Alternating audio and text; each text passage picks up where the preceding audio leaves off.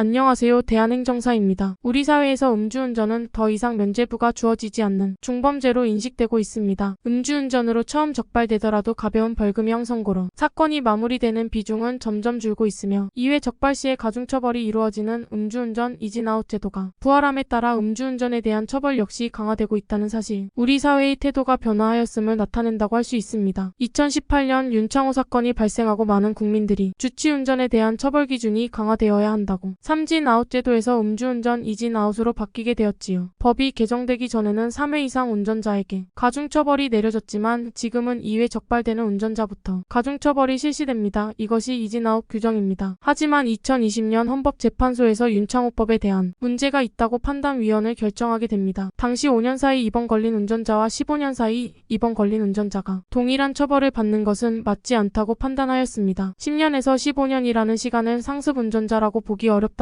이유 때문이었습니다. 그러나 위헌이 되고 별다른 규정이 없게 되면서 오히려 음주운전이 증가. 올해 4월 4일부터 10년 기간 동안의 횟수를 통해 음주운전 이진 아웃을 판단하고 있습니다. 이진 아웃에 해당되는 경우에는 통상적으로 주치운행은 혈중 알코올 농도에 따라서 처벌이 달라졌지만 2회 이상 운전자에게는 면허 정지에 해당하는 수치라고 해도 과거 이력이 있는 상황이라면 가중처벌의 대상이 되어 처벌을 받게 되었습니다. 2회 이상 적발된 운전자는 10년 이내를 기준으로 해당 기간 동안 이미 적발이 되었다면 2년 이상 5년 이하 징역 또는 1,000만 원 이상 2천만 원 이하의 벌금형에 처해집니다. 2023년 4월 음주운전 이진 아웃에 해당되는 운전자들이 증가하게 되면서 위헌이 되었던 법안 개정을 현재까지 적용하고 있는 상황이라고 보시면 됩니다. 그렇다면 행정처분은 언제가 기준으로 되어 있을까요? 형사처벌은 10년 이내가 기준이지만 행정처분은 2001년 3월 1일을 기준으로 상습성을 부여하고 있습니다. 즉 2001년 2월에 적발이 된 전력이 있으면 형사처벌과 행정처분 모두 초범에 해당되지만 2001년 4월에 적발되었다면 형사처벌은 초범, 행정처분은 2회에 해당되어 면허취소 2년을 처분받게 됩니다.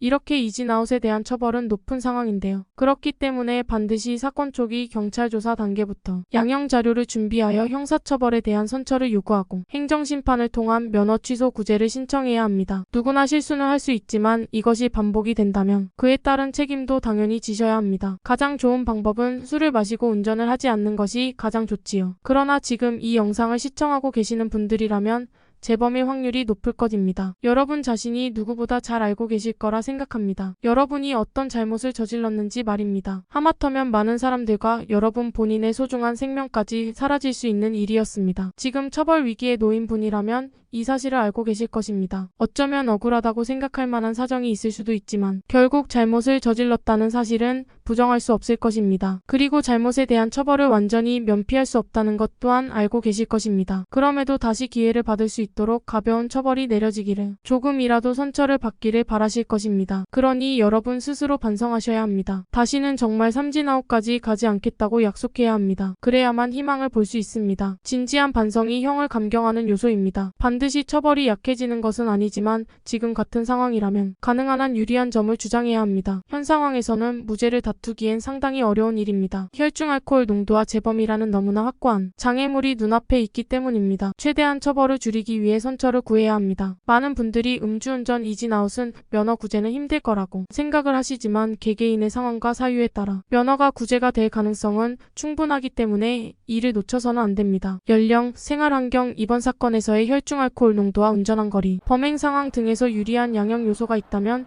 적극적으로 제시해야 합니다. 중요한 것은 상황을 지나치게 낙관하거나 비관하기보다는 실질적인 상담을 통해 계획을 세우는 것입니다. 적절한 조치를 위하지 않으면 원하는 결과를 얻기 어렵고 자신이 처한 심각성을 인지 후 가장 문제가 되는 부분을 전문가인 행정사에게 설명하여 이를 어떻게 해결해 나갈지 집중해야 합니다. 도움이 필요한 상황이시라면 지금 바로 전화 주시어 올바르게 대처해 나가시기 바랍니다.